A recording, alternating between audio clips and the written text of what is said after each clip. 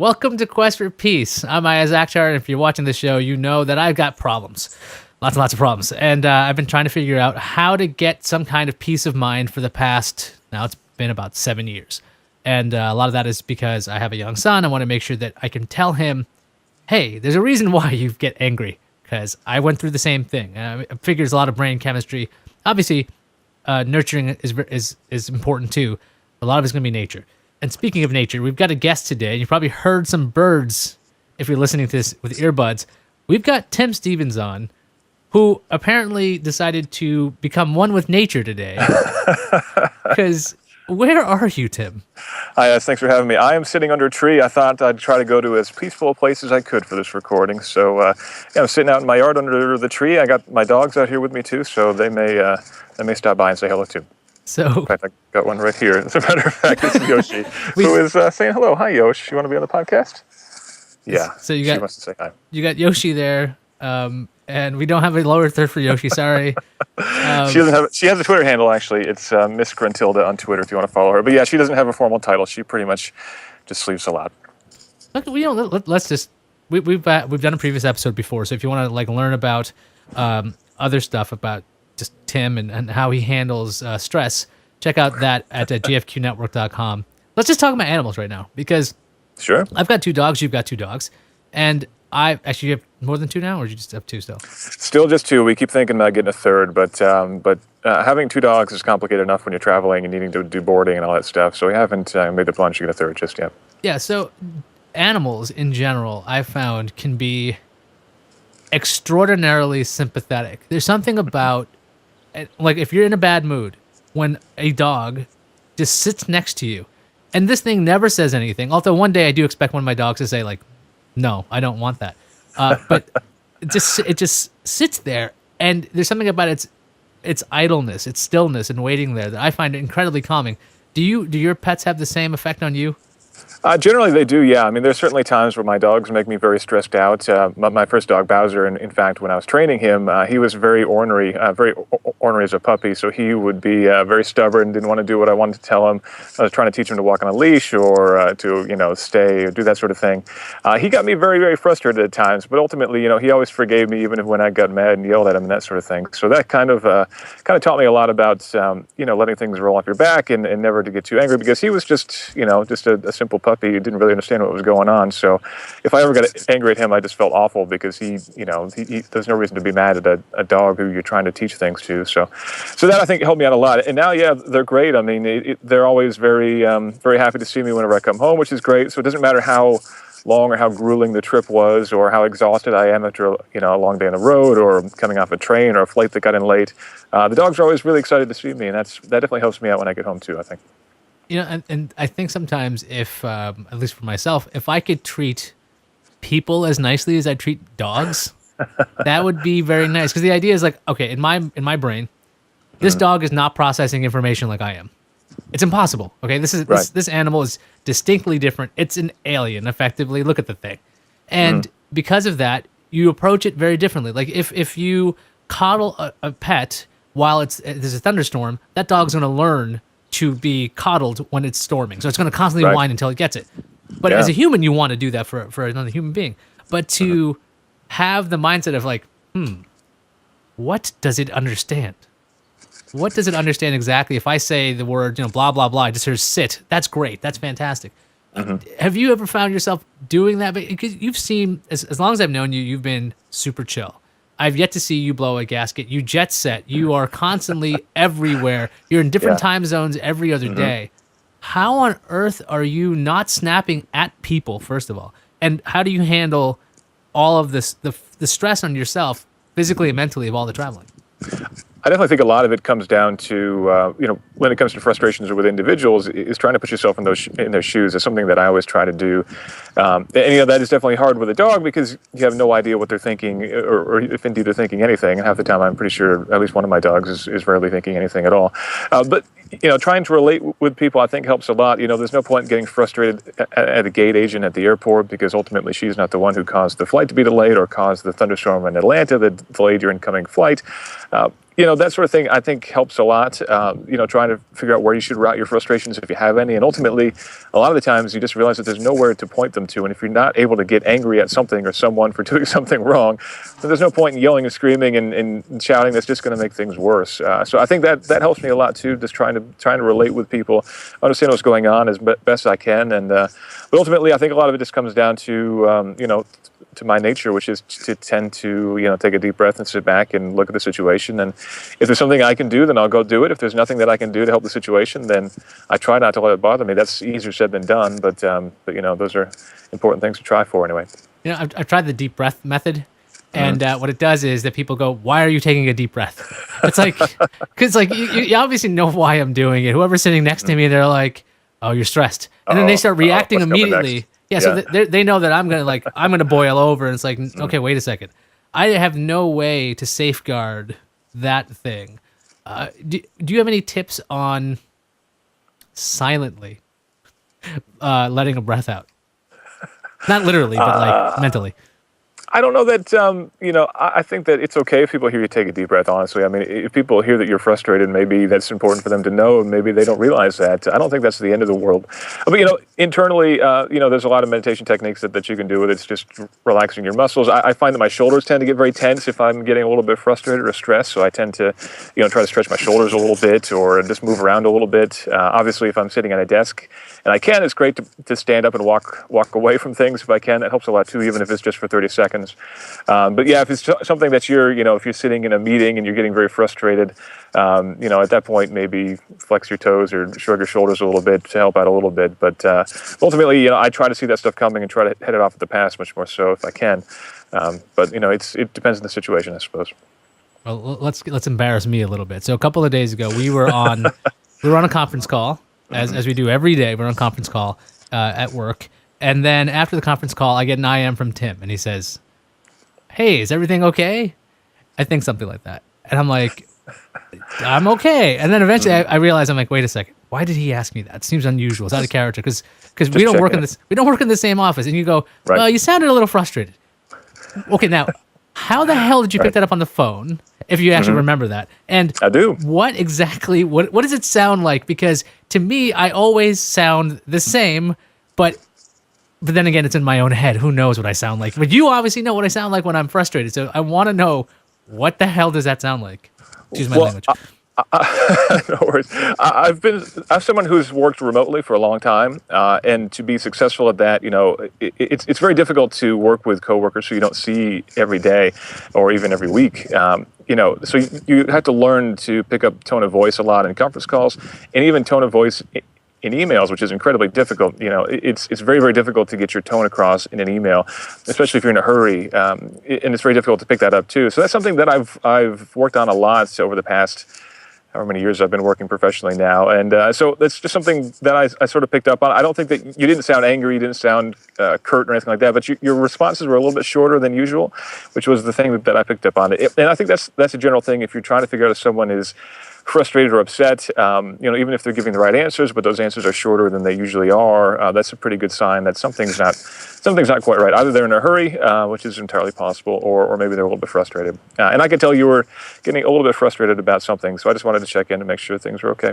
And I really did appreciate that. I'm laughing about it because it was just so incredibly like how is it so obvious? Because I was trying to keep it back a little bit, and I remember I was just really frustrated that day. I was trying to do some other work, and I had other people interrupting a lot, and it was very, very hard to get stuff done.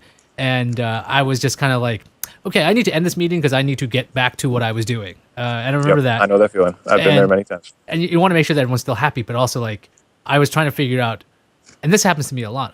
I go, what does a human being say in this situation? Because I have no idea.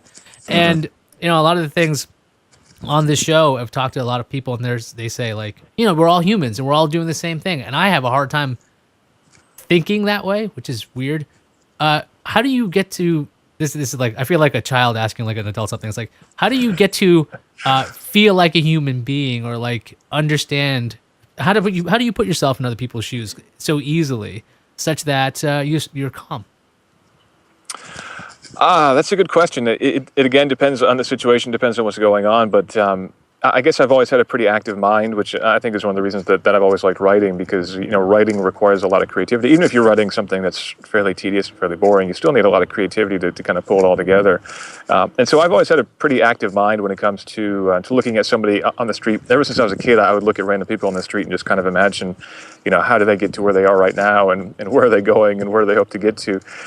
So I guess building on top of that, it's kind of an extension of that to look at someone in a meeting and figure out, what has their day been like thus far? How are things going for them?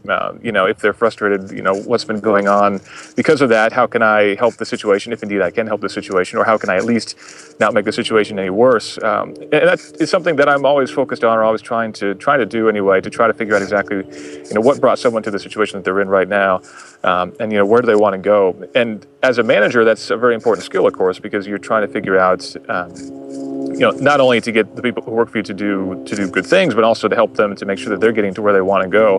Because if your employees aren't satisfied, then ultimately they're not going to be delivering good work, and that's a very important thing at the end of the day.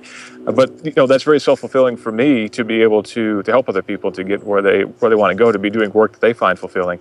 And I think that's a very important skill, even if you're not managing someone. But if you're working your way up the ladder, that kind of thing, I think those are very important things to realize what brings someone to work every day, where they want to be at the end of the day, where they want to be at the end of the week or at the end of the year, and to see what you can do to help them to get there.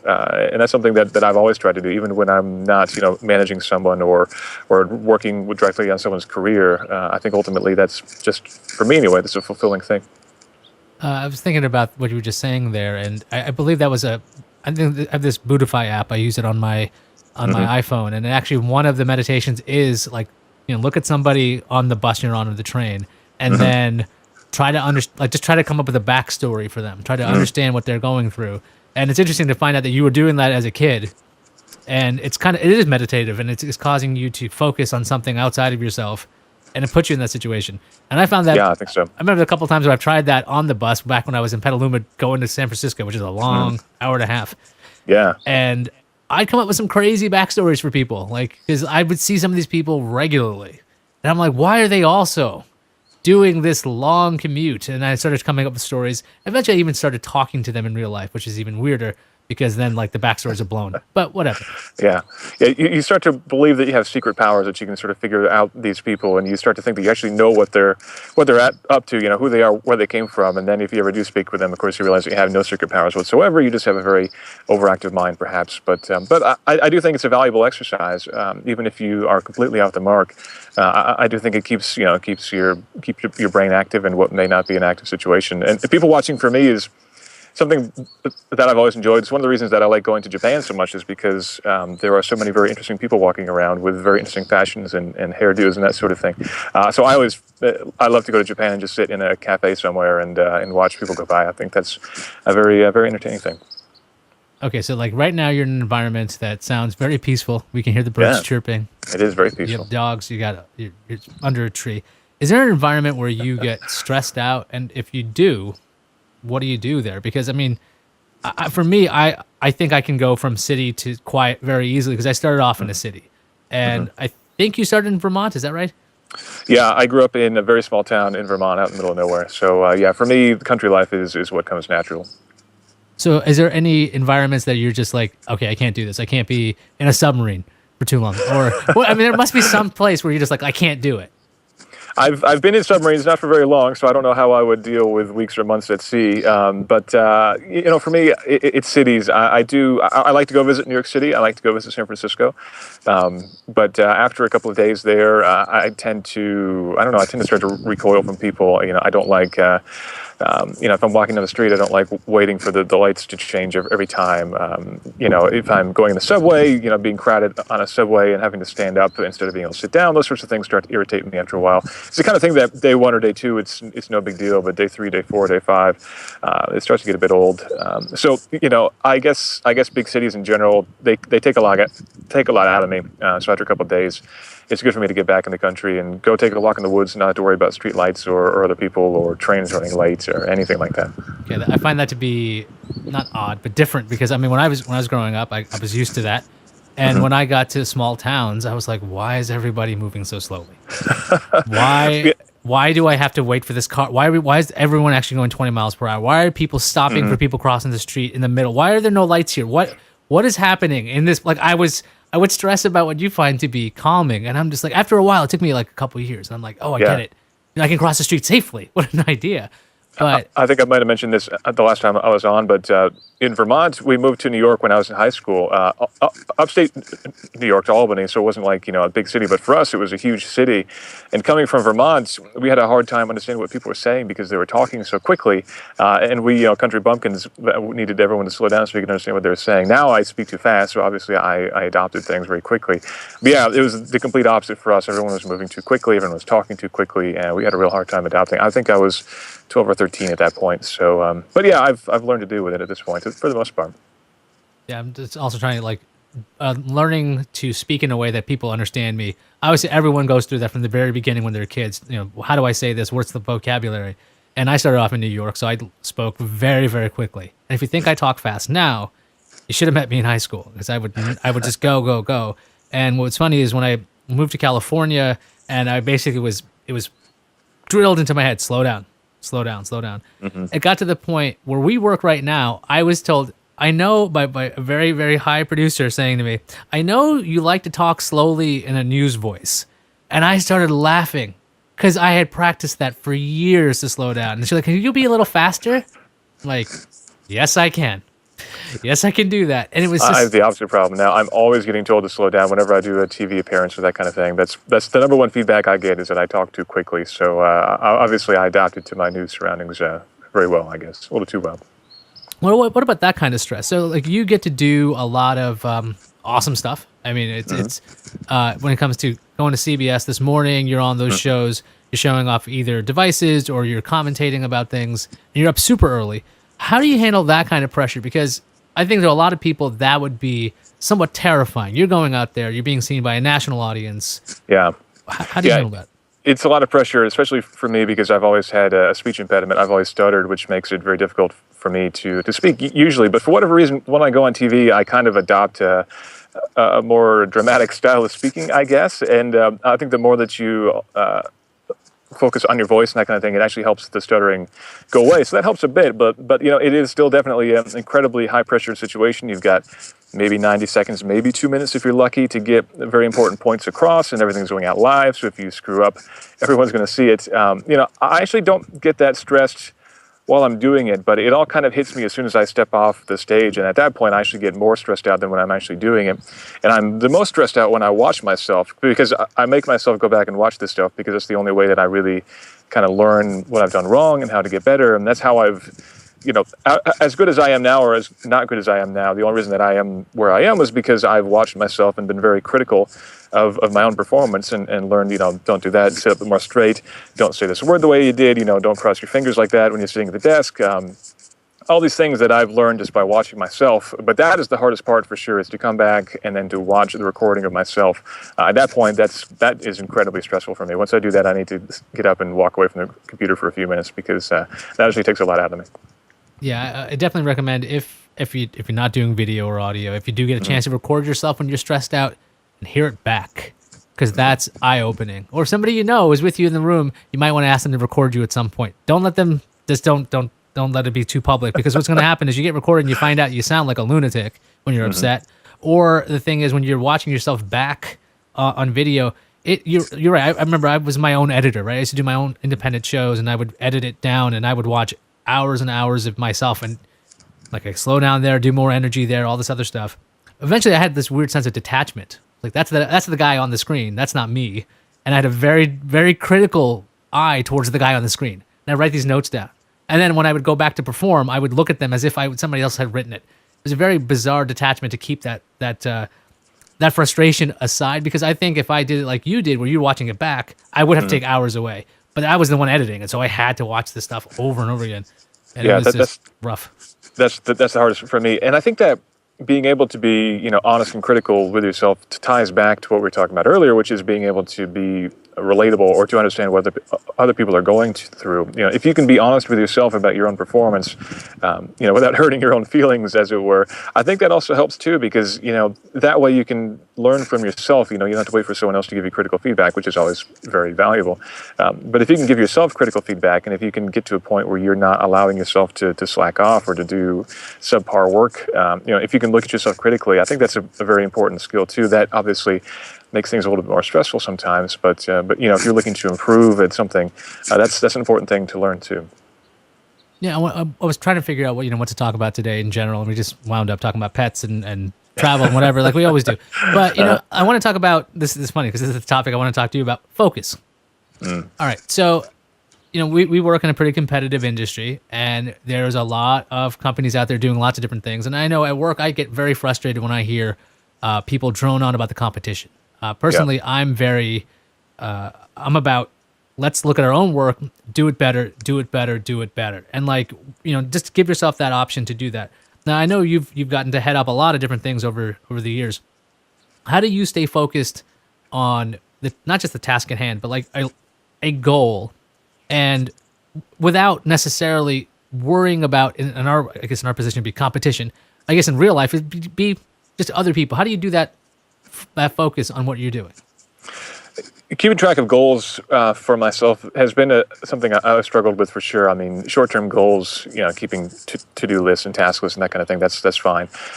And keeping track of goals for others has been something that I've been able to do pretty well too. But keeping track of goals for myself has definitely been something I've challenged, I've struggled with, just because I've always been very focused on a very, very big picture. When I was editor-in-chief at Engadget, it was very, very difficult to rebuild the team at the time. We were going through a lot of staffing changes when I took over, big competition coming, continuing competition in the tech blogosphere. So there was always a lot going on. It was very difficult for me to have long-term personal goals. But, at that position, it was always very important to watch what the competition was doing, because if so-and-so is getting this or that exclusive and they were a smaller site than us, then I needed to go and talk to the PR firm responsible for that company and ask, well, why did you give this to them? We can do a much better job of this than they did. Why don't you call us next time, and then we'll figure something out that's going to be even better than what they did for you this time. So you had to be, very closely aware of what the competition was doing, making sure that we weren't getting left out of anything like that. But ultimately, yeah, it always comes down to having a clear set of, internal quality metrics, which is a really terrible way of putting it. But basically, having a mission statement for yourself and for your site and for whatever it is that you're working on, so that you can have some sort of a quality bar to measure it against. And that being the most important thing, so you stay true to who you are and what you do. If all that you're doing is looking at the competition and chasing them, then ultimately, you might as well just stay in bed in the morning, because if you're only trying to chase somebody else, it's pretty rare that you're actually going to get better than them at what they're doing. You've got to be doing your own thing, and that has to be written down. It's got to be in stone. It's got to be a core part of who you are and what you're doing before you even start. If all you're trying to do is chase somebody else, then ultimately that's no good. So having a core set of quality metrics, having something you're aiming for, having something that defines who you are and what you're doing is a very important thing. But I don't think it hurts to look at the competition. But I do see a lot of that snarkiness. I do see a lot of the they just got this and this is a terrible, or this is horribly written. Then kind of people patting themselves on their back because of something that somebody else did that they think is low quality, the competition did, or something like that. That I find pretty distasteful too. And there's so much of that in our industry. There's so much competition. So many other tech sites out there, so many other sites out there getting exclusives and writing articles and trying to come up with news on a slow day. And there's so much backstabbing, and that I don't like that at all myself. Yeah, I mean, the weird thing is the way I learned that lesson was like a long time ago. I was a big sports fan, and I would watch the Yankees, right? Now I know that I'm a guy from Queens, so that's weird. I'm a Yankees fan out of spite for my older brother. It's very, very odd story. So I would watch the Yankees play, and I'd watch them pick up players year after year after year. And I went to school in Boston. And one of the weird things back then is, Boston didn't win very often at anything. So I would watch the news, and they would always cover the Red Sox and then the Yankees at every local thing. In New York, you'd never hear about the Red Sox. You'd only hear about the Mets and the Yankees. And then that's pretty much it when it came to baseball. And so the thing about what I kept seeing from the Yankees were they weren't stealing players from the Red Sox, and they weren't constantly trying to mess with them so much as they were building a very strong team constantly. And if their year they didn't win the World Series, that's a failure to them. I'm like, well, that's a crazy standard to have. But the idea was worry about yourself. And not until like I think the John Hancock team takes over the Red Sox do they go, we're going to just build a really good team. Not just about taking players away from the Yankees or the Orioles or anybody else in the division. Build a really good team. And they did.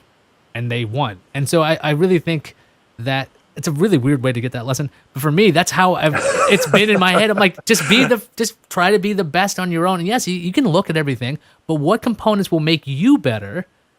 Because if you can build an awesome you or an awesome product or whatever you're doing, awesome team, you'll beat out everybody else as long as you're as good as possible. Because otherwise, you're constantly looking over your shoulder and I don't know, am I as good as this person? Am I going to do this? Or, right. I'll trip this person as I'm doing it. That won't solve anything. And it might be a short-term solution, steal a pitcher or whatever, but it's long-term failure. And that's a really bizarre point. Just get that out. But take your life lessons where you can get them. I don't think there's any harm in that. But I think this also ties back to being realistic about what you can do.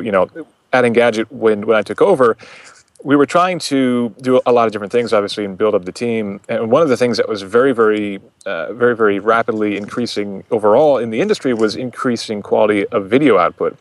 And that was something that I wanted us to get better at, but ultimately, we didn't have the resources at the time to really do top-notch, totally, great blowout video features. We simply didn't have the budget, we didn't have the staff, we didn't have the resources to make that happen. And so, I could have wasted a lot of time fretting about that. I could have really made us try to do the things that we shouldn't have tried to do because we didn't have the resources to do it. We did a lot to increase the quality of our video, but I was always very realistic of the fact that we didn't have dedicated studio time. We didn't have a lot of things that we could really do to make that great. So I kind of just shrugged my shoulders and said, well, this is the best that we can do. We're going to do great with what we've got, but we're not going to waste a lot of time fretting about that because ultimately there's nothing that we can do to make that better until we get a lot more resources, which was out of my hands at the time. So, there are times we've got to be realistic with what you can do and really prioritize in terms of where you need to improve and where you can improve and where you simply cannot improve, or you can only improve up to a certain level and then go worry about other things. And, that depends on the situation, of course, what that means to you at the moment.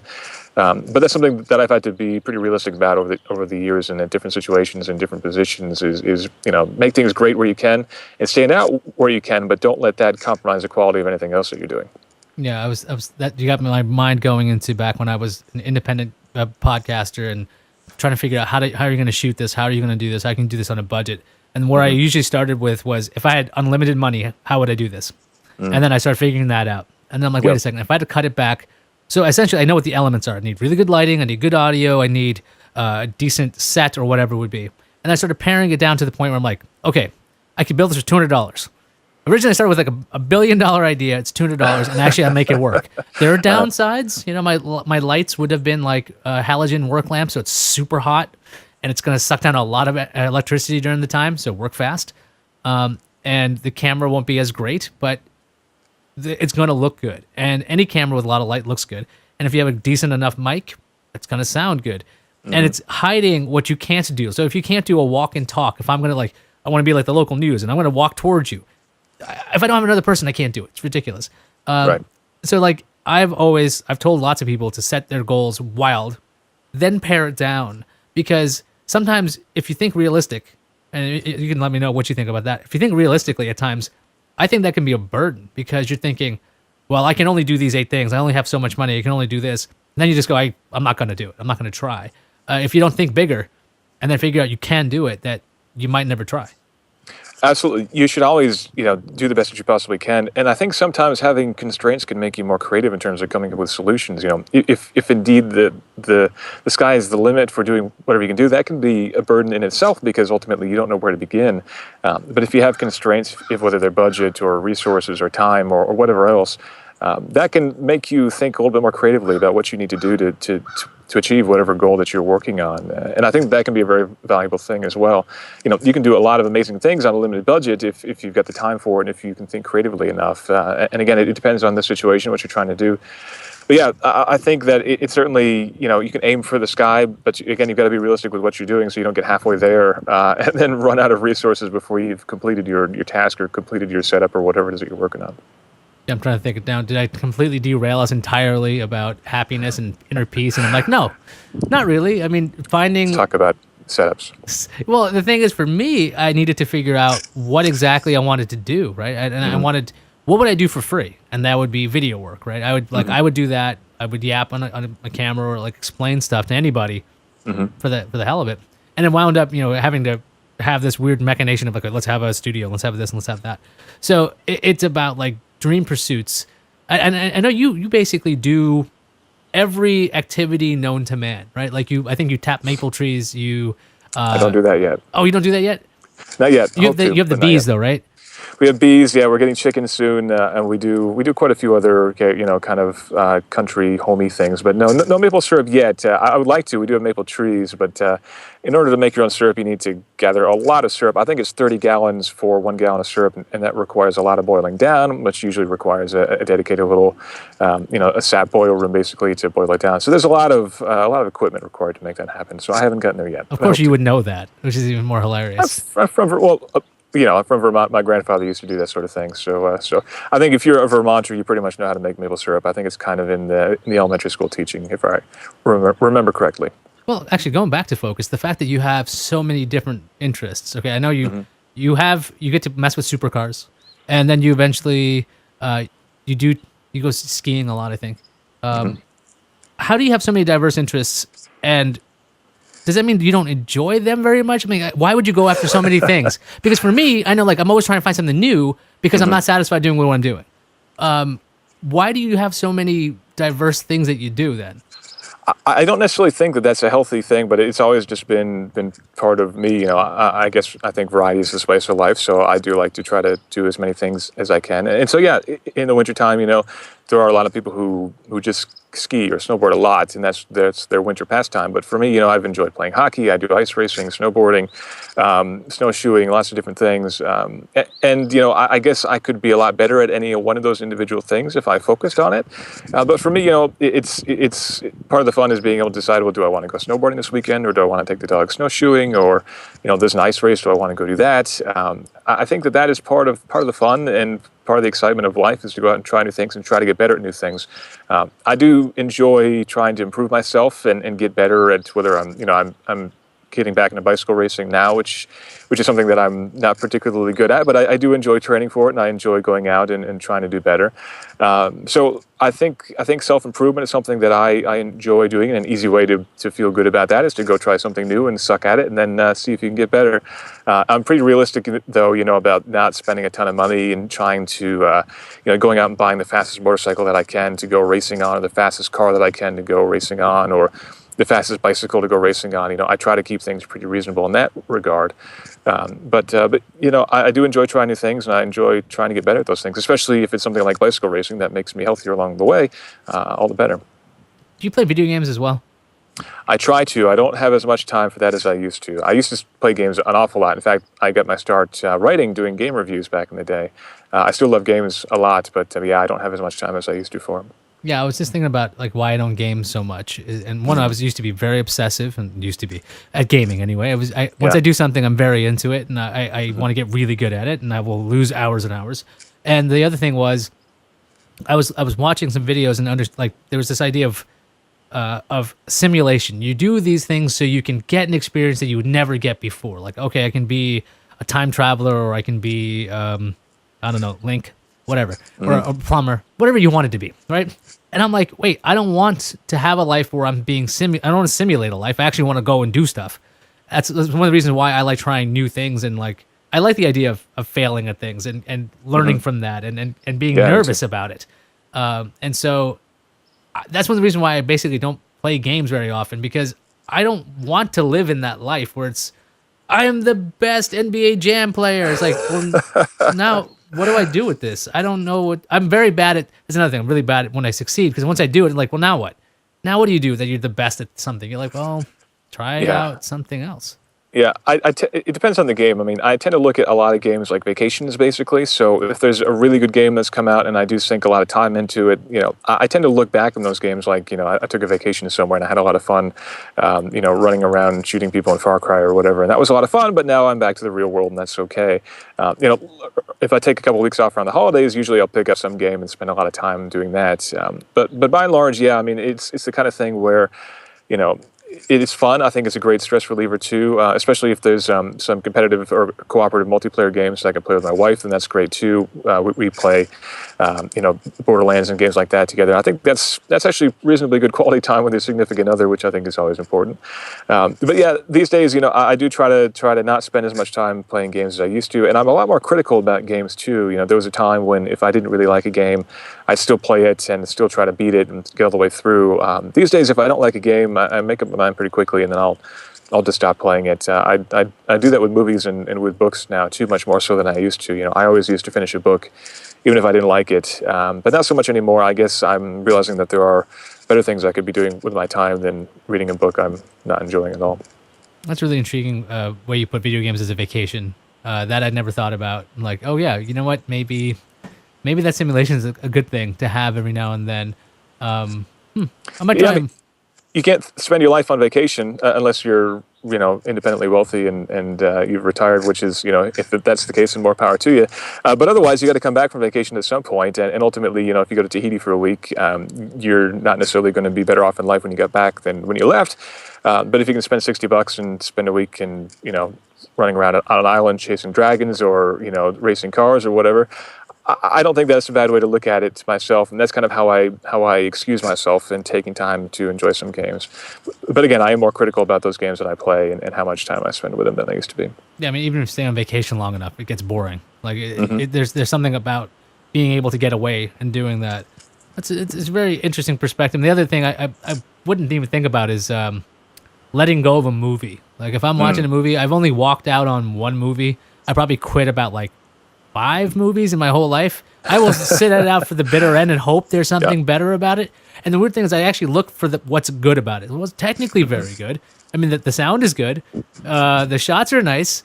The plot is crap. But, just trying to find what's good about it. And that way, this is an oddball thing. Another back to making video is that I want to learn not to do something. So I'm like, that's garbage. Don't do that again.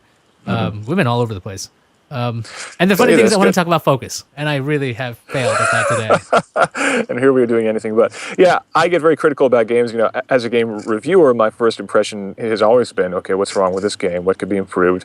Would I recommend this game? Who would I recommend this game to? That's taken me a while to kind of get out of because I don't do as much game reviewing as I used to. But with a film, I always grew up watching Mystery Science Theater and things like that too. So sometimes I actually enjoy bad movies more than I enjoy good movies. Perhaps that's Joel Hodgson speaking through from me. But I don't necessarily turn the movie off, but I might pick up my laptop and do some work or do something else while the movie's still on. I will tune out of the film and do something else if it's not good for whatever reason. So, do you find yourself still to be a peaceful guy since the last time we talked? I mean, on this show, not since 2 seconds ago. Yeah, absolutely. There were times when I was less peaceful than I am at the moment. I mean, I think we did that. It was probably about a year ago, wasn't it, that we did that call? Yeah, it was a while ago. Toward the end of last year, I was traveling a lot, like 75% of the time. And that got to be pretty exhausting. But I've been cut back a little bit on travel, which is good. I haven't been jetting around as much as I used to. So, yeah, more time at home, more time with the dogs, more time, getting to enjoy things here. That definitely helps me to stay peaceful. And, yeah, it's a beautiful day. It's a nice place to be. I'm very much at peace at the moment.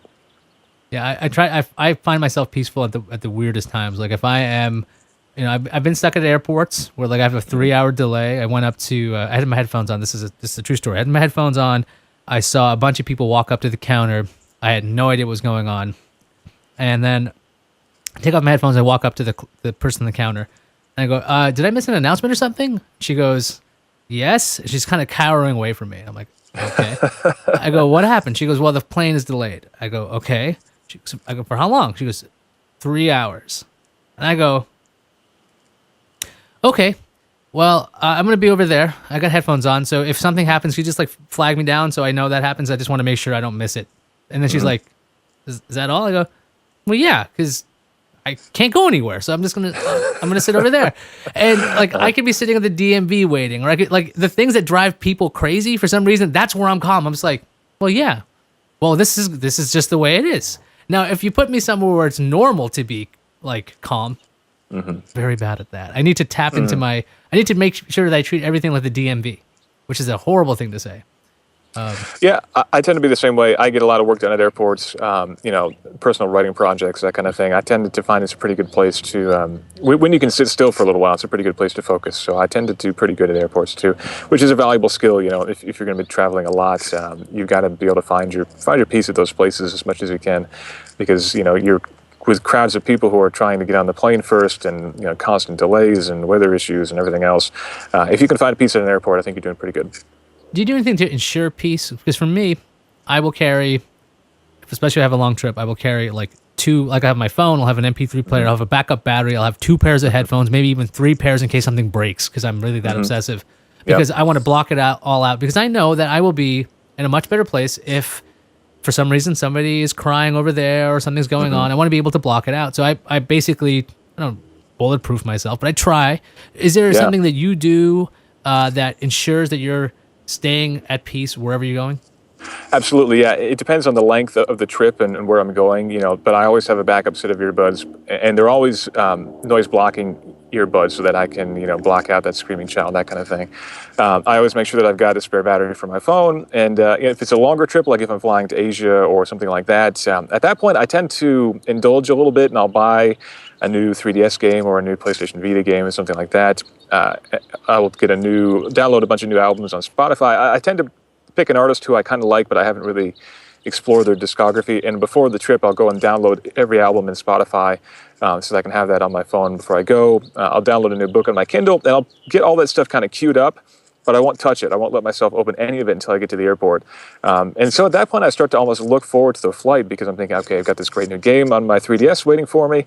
I've got all this great music lined up in Spotify, and I've got some great new book that I'm looking forward to.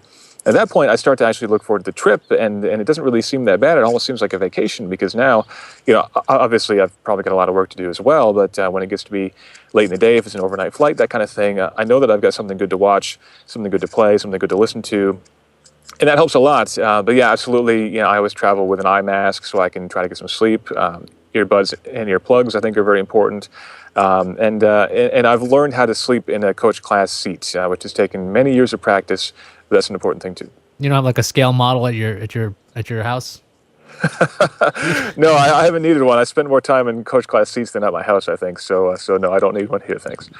No, I mean, I'm just trying to figure out all the steps it takes day by day. I mean, this is the funny thing. Like, this episode's been about almost the small things you got to do to find peace. It might be earbuds, might be just challenging new things or whatever. And the funny thing is, you've made what most people find to be a very stressful activity, traveling, and you've made it fun by actually setting up restrictions. Okay, I'm not going to play this game. I'm not going to read this book. I'm not going to listen to this album until.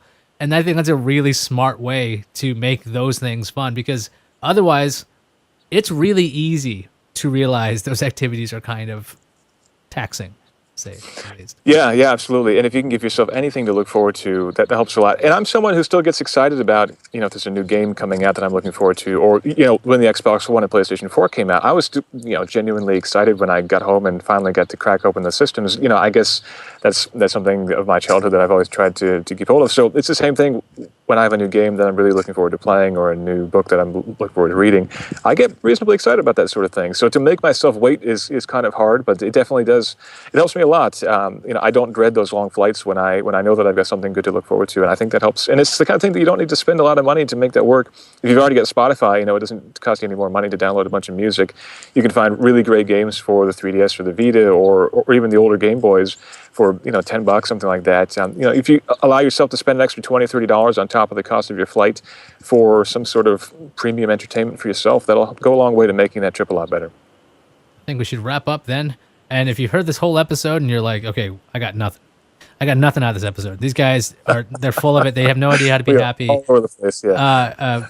You should go back. Like I said before, we had another episode where Tim is telling me about perspective. And I remember that, because perspective is very important in figuring out what it takes to just kind of survive, because stuff can suck, and you can let it suck, or you can go, wait a second, this can get better. There's a lot more to this whole living thing. But I mean, if you're not happy on the day, like the stuff we're talking about today, like, you're not going to be happy tomorrow. You got to actually be happy today. It's very hard to do that in any given time. But we have another episode. Go ahead, check it out at gfqnetwork.com. Tim, is there anything you'd like to say, promote, or anything before we leave? If you enjoy my ramblings, you can find me on Twitter, Tim_Stevens. But no, I mean, it's been a pleasure talking to Iyaz. I appreciate you having me back on here, and I hope that's been an interesting discussion for the folks listening at home. If anything, they will actually see the fact that you live like Snow White, and there are animals floating by. If you haven't seen it yet, he was dressed by birds. It was amazing. Very comforting when the birds come in, bring a shawl. It's very nice. A little breezy though today. Yeah, a little bit. Anyway, I think that does it for us. And from me, you know what? I have been trying to find this whole peace thing for now 7 years, and I'm getting there. And the fun thing is talking to people that seem to have it together, and sometimes you find out they've been trying as long as you have. And there's something about, I know this sounds really like over the top, but like there's something about hearing other people's struggles that might help you get through yours, because that's what I'm basically doing. I'm sharing a lot of my issues and problems, and I've had fine folks helping me with that. So talk to people and surround yourself with people who will help you get through stuff, because the last thing you need is people tearing you down saying, you won't be happy. Well, then those people you shouldn't hang out with, because that's going to really screw you up. At least it's happened before. So that does it for us, I think. If you've got questions, if you've got comments, if you want to see other episodes, check out gfqnetwork.com. We've got everything there. I'm Iyaz Akhtar, and we'll see everybody later. Good luck.